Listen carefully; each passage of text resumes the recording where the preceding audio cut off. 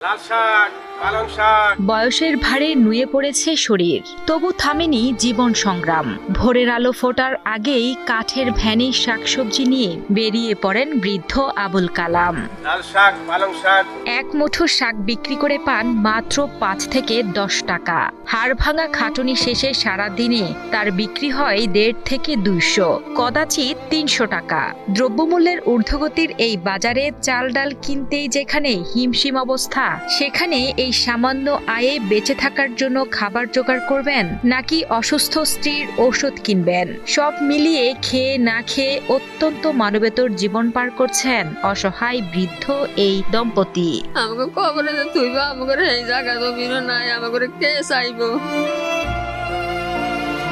ভোলা সদর উপজেলার ধনিয়া ইউনিয়নের নবীপুর গ্রামের অন্যের জমিতে জরাজীর্ণ এক ঝুপড়ি ঘরে ২৫ বছর ধরে বসবাস বৃদ্ধ এই দম্পতির। একসময় সব ছিল, কিন্তু রাক্ষসের নদী কেড়ে নিয়েছে ভিটে মাটি।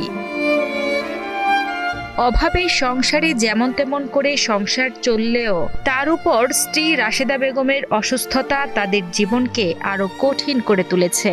গত ২০ বছর ধরে গলায় টিউমার সদৃশ্য রোগে ভুগলেও অর্থাভাবে করাতে পারছেন না চিকিৎসা।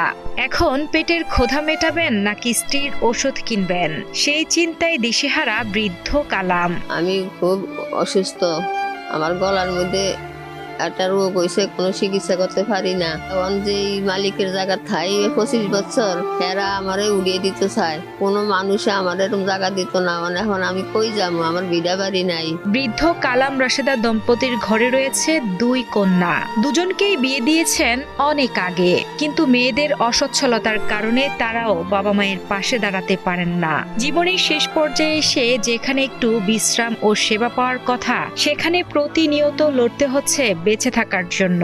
অন্যের জমিতে পলিথিন আর শুকনো পাতা দিয়ে তৈরি যেই ঘরে তারা থাকেন, সেখান থেকেও উচ্ছেদের আতঙ্কে কাটছে তাদের নির্ঘুম রাত।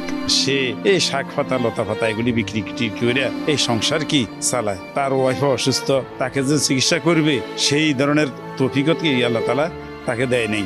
সমাজের বিদ্যমান যারা আছেন তাদের কাছে অনুরোধ, এই গরিবদেরকে একটু দেখে ওনাদের উপর একটু এই মানবতার দৃষ্টিতে দেখে ওনাদের একটু উপকার করার জন্য আমরা বলছি। এখন এই বৃদ্ধ দম্পতির একটু মাথা গোজার ঠাঁই আর সুচিকিৎসায় একমাত্র চাওয়া। তাই সরকার সহ সমাজের বিত্তবানদের কাছে আর্থিক সহযোগিতা চেয়ে আকুতি জানান তারা। আমি বড় অসুস্থ, আমি কতই করতে পারি না, আমার গলাতে এত সমস্যা।